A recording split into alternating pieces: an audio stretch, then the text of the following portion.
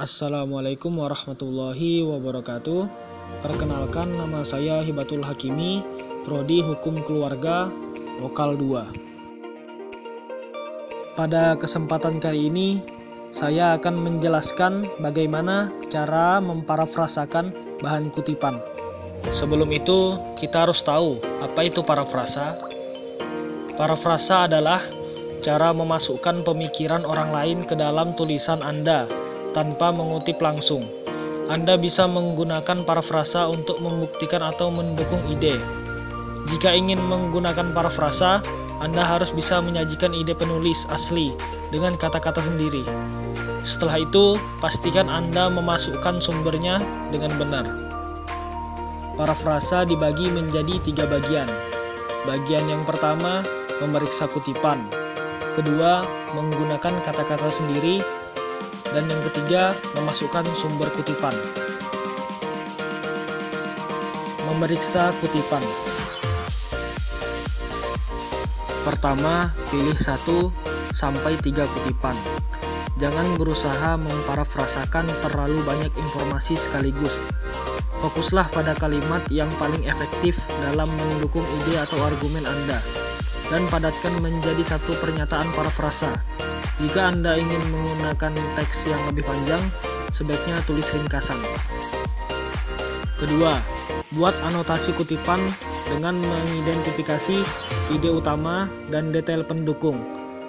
Tentukan apa yang disampaikan penulis, seperti poin atau argumen utama. Kemudian, catat bagaimana mereka mendukung ide tersebut. Ketiga, parafrasakan kutipan jika kata-katanya tidak lebih penting daripada ide itu sendiri. Jika Anda bisa mengekspresikan ide yang sama dengan kata-kata yang berbeda, sebaiknya gunakan parafrasa. Ini memastikan kata-kata Anda lebih banyak dan Anda tidak perlu memasukkan terlalu banyak kutipan. Dan yang keempat, hindari parafrasa jika frasa kutipan langsung itu penting.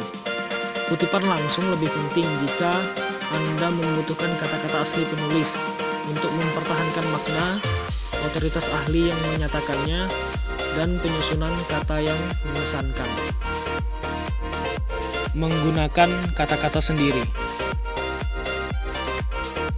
Pertama, baca lagi kutipan yang akan digunakan.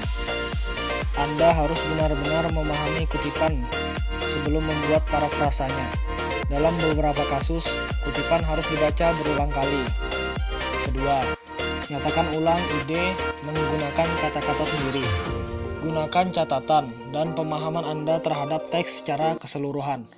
Jangan hanya mengganti kata-kata dalam kutipan orisinal dengan sinonimnya, karena itu tetap terhitung plagiarisme. Ketiga, bandingkan parafrasa Anda dengan kutipan asli. Baca kedua kalimat tersebut dengan bersuara dan pastikan idenya sama, tetapi kata-katanya berbeda. Keempat, pastikan parafrasa Anda mencerminkan maksud penulis. Kadang, tanpa sadar parafrasanya keluar dari konteks kutipan, sehingga tidak sesuai dengan maksud penulis. Parafrasa tersebut mendukung argumen Anda, tetapi tidak akurat. Apapun yang dikutip dari suatu sumber harus mencerminkan maksud penulis asli dalam konteks karyanya secara keseluruhan. Dan yang kelima, jangan menggunakan tanda kutip pada parafrasa. Oleh karena parafrasa ditulis dengan kata-kata Anda sendiri, tidak perlu menggunakan tanda kutip untuk mengapitnya. Tulis saja seperti bagian teks lain yang menggunakan bahasa Anda sendiri. Memasukkan sumber kutipan. Pertama, periksa panduan gaya kutipan yang diinginkan instruktur. Panduan yang paling populer adalah MLA, APA, dan Chicago Style.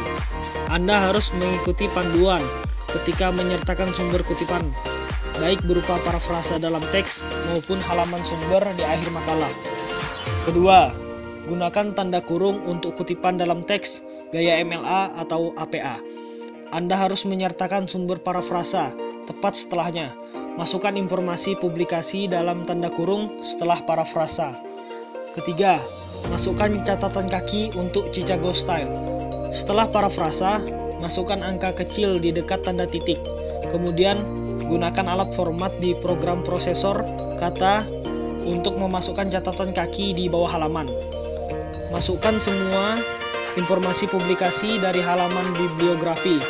Akan tetapi, tulis nama depan penulis terlebih dahulu, diikuti nama belakangnya. Keempat, buatlah halaman karya yang dikutip, referensi atau bibliografi. Anda harus mempersiapkan sumber kutipan sesuai gaya yang ditentukan. Tiap-tiap sumber memiliki format tersendiri untuk mencatat informasi penulis, judul, dan penerbit.